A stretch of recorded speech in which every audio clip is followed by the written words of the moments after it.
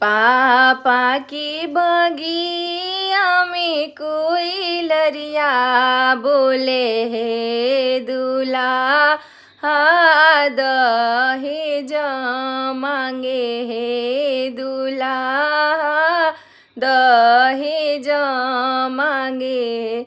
दहेज देवे चले ले कवनी पापा हे आमा खोइछवा दिली हे आमा खोइछवा दिली हे।